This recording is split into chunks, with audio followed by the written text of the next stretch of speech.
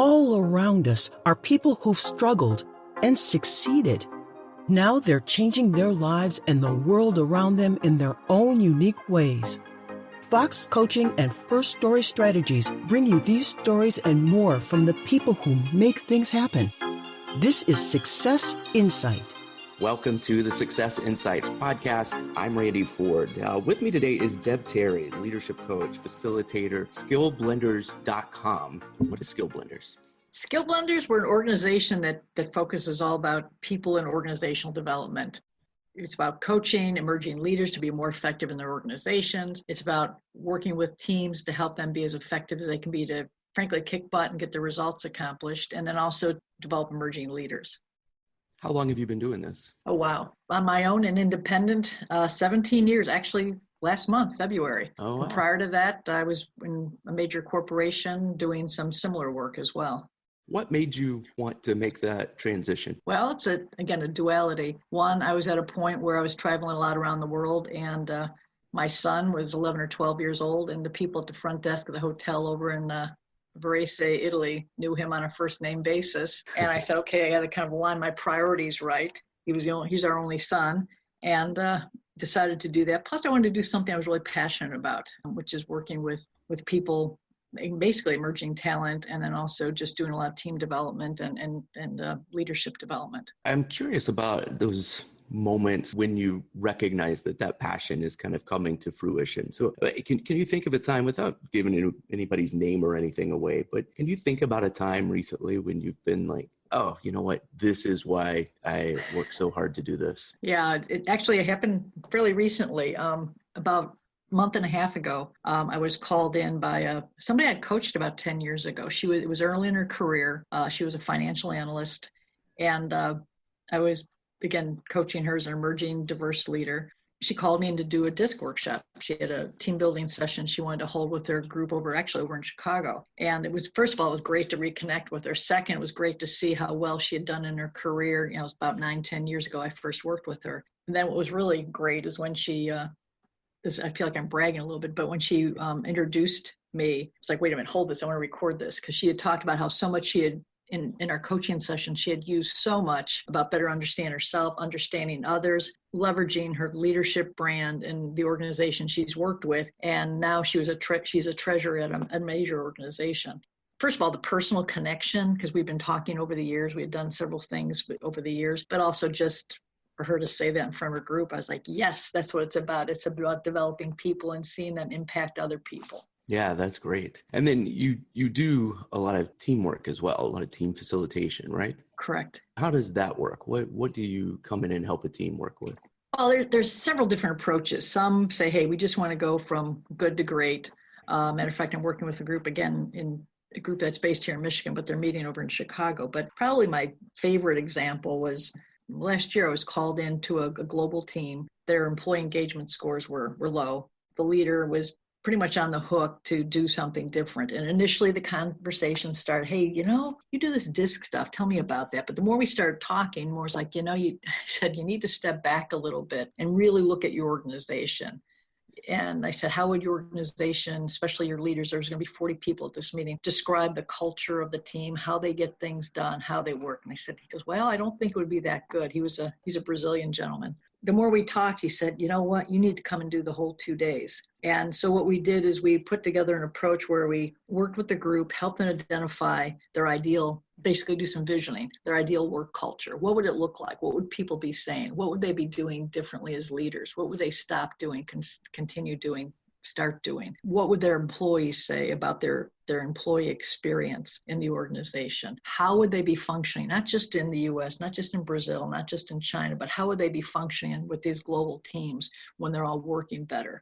To drive this conversation, we use the 5 behaviors of a cohesive team model by Patrick Lencioni to help drive it. So we start talking about, okay, trust, what does it look like for us? If we're going to get to this vision that we came up with, what does trust look like? Not just with the leadership team here, but with our teams that we have reporting to us. How do we manage conflict? And then you have all these factors that, cross-culturally come to play too. So, an Indian might say, well, hey, this is what's important to me about culture. A Brazilian might say this. So we had some great conversations. Again, then we looked at each of the dimensions, commitment? How do you drive that? How do you hold each other accountable? How do you drive those results? From there, we came up with a team charter. So, okay, this is what you are going to hold each other accountable for. So as you're sitting in teleconference in your home bases, this is behaviors that works for this organization. Because if we're going to get to this cultural definition, this cultural mecca that you want to have, so people want to work in this team within this organization, because frankly, this organization had a reputation where, gosh, you don't want to work in this organization. It's not fun. So my challenge to them, what does that look like? Again, over the past 8 months, I've had regular updates with the group. And what was really great, again, about 2 months ago, I happened to be in their facility, and on the TV monitor, they had the pyramid that had the 5 behaviors of a cohesive team. They had their team charter popping up on the screen. They had their cultural vision, what they were trying to achieve. And all this was all over that particular building and campus here at their main headquarters. But the other part that was probably the best, I was talking to my contacts there, as well as the HR people. I said, okay, what happened with the employee engagement score? And they said it went up 4 points. And again, you might say 4 points, but you're talking 300 people all around the world. And I asked the person, I said, okay, how did this help? She said, oh my gosh, it helped tremendously, because frankly, it was a global group of engineers. We had the engineers thinking and talking differently to better engage their people. Part of was launching this process and walking through the process with them, but also the individuals and the leadership taking ownership and accountability to help drive these people changes. You can tell I'm pumped up about it. It's just exciting. You see, boy, things are different, and it's not just how they work, but hopefully impacts their lives as well. You called it a cultural mecca, and I know it's different based on country. I'm sure it's different based on industry and organization size. But across all of those things, what are the common factors that you think make for a cultural mecca? Specifically, somebody goes home Friday at 5. What did their week look like once they had been able to achieve that cultural mecca? What were the things that made that happen? I think number one, they felt valued and listened to, because those are things that are standard cross-culturally. Again, it might look a little bit differently based in the United States, or I go back to India, China, or Brazil, or Italy, but they felt listened to, they felt valued, they felt like they were part of the process. Because anytime you have a global organization, and I've done a lot of work in this space, what happens is the home base becomes almost like the victors. And even though you might have a strong presence in another location, where no matter where it is in the world, there's always this, okay, we're the little guys because we're located away from corporate headquarters. It becomes really important that there be this communication, this common identity, this common touch points that bring them together. And that transcends the way, if I'm in China, I might look differently because leadership is different, engagement looks different, the way you facilitate something's different. But you have this commonality that brings people together that is a touchstone. Plus, the organization has a high level of values, and the values become an enabler as well. And that's a whole nother topic, because, again, cultures view the values differently. Anyway, that's a topic for another podcast. Anytime I'm talking with somebody who is in this kind of leadership space and is having these successes, helping people be successful, I'm always curious what their professional path has been. What was your first job ever? First job ever. Well, I was one of those kids that was always looking for a hustle to make some money. I mean, way back when as a kid, my first paying job where I got a paycheck was in the Chicagoland area, and it's a minuscule amount of what it used to be. There was an ice cream parlor in Oak Park, Illinois, which is where I grew up, called Peterson's Ice Cream. And its roots were as a tea room, and then it involved an ice cream and everything, but it was the place to go after things in the community. For me, I waited tables, bussed, hostess, made food there and everything. And for me, and how some people might say that they're surprised, but I was really pretty shy. And what this enabled me to do is waiting tables. I met a lot of different people, a lot of great people. Matter of fact, we had a lot of people who were announcers with the Chicago TV stations that lived in the communities there, and they'd stop by. And Paul Harvey, I don't know if you guys remember Paul Harvey. Sure. Now for the rest of the story, was a regular customer. And just having conversations with people like that, it really helped me to work better with people, understand the needs that works, and just, understand what happens. Where prior to that, I was, again, somewhat of a shy kid. And those memories are good, and it really helped kind of set a foundation for me. Yeah, it's remarkable that you do still remember so much of that. I know it wasn't that long ago when you were a kid doing that, but that has been able to stick with you. Have you ever had just an awful job? Oh, gosh. I've been really lucky. I haven't had an awful job, but I worked for somebody that I would not I would not say could ever been best friends, but I learned a lot. He was not one of my favorite people, and I was not alone. He had a bit of an ego, and anyway, he was not fun to work for. There were some things, he'd set up a meeting at 6:00 in the morning, and then you'd show up and he wouldn't be there, but that's a whole nother story. But what I did learn from him, because I like to focus on the positive, because in spite of that, there was some positivity. The organization I worked for at the time was going through a lot of significant organizational change, and it was frankly chaotic. And what I did learn from him is how to keep focus, because in spite of the fact that, again, we'd never be best friends, he would keep us focused. Okay, why are we doing this reorg? What's happening? What's our role? And so as we were focusing our planning, our meetings with this, he would keep us on target, on track. And during that time, he provided stability in Iraq, not only for the team that I worked on in human resources, but I think for the people that we serve, we serviced within the organization during this really significant change. So again, even though it was not an easy time to work, in hindsight, I learned a lot from this gentleman. I wonder if you see that same exact kind of manager in the organizations you work with now. That's a great question. I see a range of managers. Luckily, I haven't seen a whole lot of managers where people say, oh my gosh, he's absolutely horrible. It does happen once in a while, because sometimes people just aren't good listeners. I do see some really good managers where they help the organization, the people to prioritize things. They have what I like to see, a regular cadence of developmental conversations with them. And I like to see that.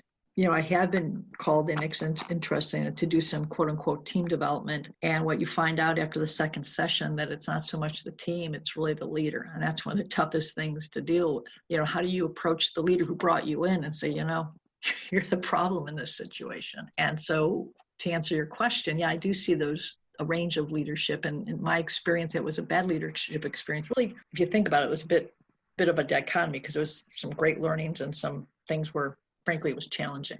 Like you said, it helps to be able to find those positive moments from those terrible moments and find a way to use those and to coach others as you do now to not be like that. I know you do some work with junior achievement. What do you do? For people who don't know junior achievement, why don't you tell us a little bit about Junior Achievement is an international organization that their focus is to do economic and financial education for kids. And it starts from kindergarten through high school age. And the programs are really designed, I've done first grade up till middle school, to create this awareness of an economy, fundamental things like wants versus needs. Sixth grade group, first time I ever did it, was impressive. They were learning about currency exchange and inflation rates and the global economy and currency exchange. It was just really interesting. And when you get into high school, it's more, what do I need to do to get a job? And also the whole function is really talking about how to be an entrepreneur. I did a fourth grade class a couple months ago, and they get to figure out what are the dynamics that I need to put together, what are the things I need to put together to run a business. And they can choose if it's a hot dog stand or a restaurant or bike shop. And I'm amazed at how much a lot of the kids know. Even in fourth grade, I'll say, okay, name some entrepreneurs, and they'll say Bill Gates, Steve Jobs. And first of all, when I was in fourth grade, I didn't know what an entrepreneur was, and let alone an example of them. So It's pretty impressive. But I'm really passionate about this as well, because it creates some targets for a lot of the kids. It creates some awareness that maybe they didn't know about. And the other thing is that also the way the curriculum's designed, it really helps with a lot of what the schools are doing to create an understanding of the different types of resources. And I've been affiliated as a volunteer. Once upon a time, I was chair of the board for several years. I was on the board for about 10 years. And now I'm just a volunteer in the classroom, which is always fun. When they're working as a team like that, what kinds of organizational issues you see that mirror or do not mirror the things you see with the grown-ups you work with? Oh, you're right on with that question, because as I'm watching the students, I see the same sort of dynamics facilitating a leadership development class. You see the introverts, you see the people that like to bring the group together, you see the people that like to volunteer, you see people that don't want to volunteer. And even though they're, what's a fourth grader, 10 years old, you see a lot of those same things at that age as you would with a 35-year-old person in a class. And, they're learning a lot of the dynamics, but you also see a lot of the same behavioral traits, I guess, at that age. One of my favorite things to watch is those junior cooking shows. So the cooking shows where they have the kids who are doing it because they are 100% supportive of each other, whether it's a good thing or a bad thing. If they're pitted against each other, it's all hugs and clapping for each other. And it's incredible to see. And I'm glad you brought that up, because at that age, like up to about 4th or 5th grade, you'll see the hugs and support and all that. Then when you get into middle school, you'll see a slight difference as they quote unquote mature. But to your point, when they're that young, they're very supportive of each other. If somebody drops something, they're quick to get it. Or even, as I finish the class, the kids will run up and give you a hug. And again, it's just it's a fun dynamic. But I think, again, as they grow up, it may change a bit. One thing we always like to do is ask every guest for an insight to go. So this is kind of a last takeaway of a recommendation. Anything that you want to recommend that we should know about or think about? There's two things I want to bring up. One from a professional side. One of the things I always like to talk to my clients about is what happens in the organization ultimately impacts, they go, soft skills. What do we want to do with soft skills? But ultimately impacts your customer, whoever your customer may be. And there's a Richard Branson quote that I really like. Train people well enough so they can leave. Treat them well enough so they don't want to. If you look after your staff, they'll look after your customers. And it could be a small mom and pop organization or a global corporation like Ford or Whirlpool or whoever. It still holds true. But on the personal side, I think it's important as individuals, we take time to reflect and just put things in perspective. And two of my favorite books are one by Anne Lindbergh. It's called Gifts from the Sea. And it's just a really reflective book that kind of sits back and helps you to put things in perspective. Because I think as individuals, if we can do that, not only we're better and happier in our personal lives, but that spills over into our professional lives. And a current book that I've actually been passing out to a lot of my friends is a book by Maria Shriver. It's called I've Been Thinking. And it's a bit of a journal type book where there's a chapter a day, and it's really a good way to ground yourself as you face your day professionally and as well as what's going on in today's world. Skillblenders.com. Where else can people find you? Well, I'm on LinkedIn. I'm on Facebook. I have a skillblenders.com Facebook page, and those are the places on social media. Well, Deb Terry, Skillblenders, thank you so much for being on the show. Several things that we talked about, I know I want to follow up and talk to you about more, so I hope we'll get a chance to talk on the podcast again. Great. Thank you, Randy. For Howard Fox, I'm Randy Ford. This has been the Success Insight Podcast. Success Insight is a production of Fox Coaching and First Story Strategies.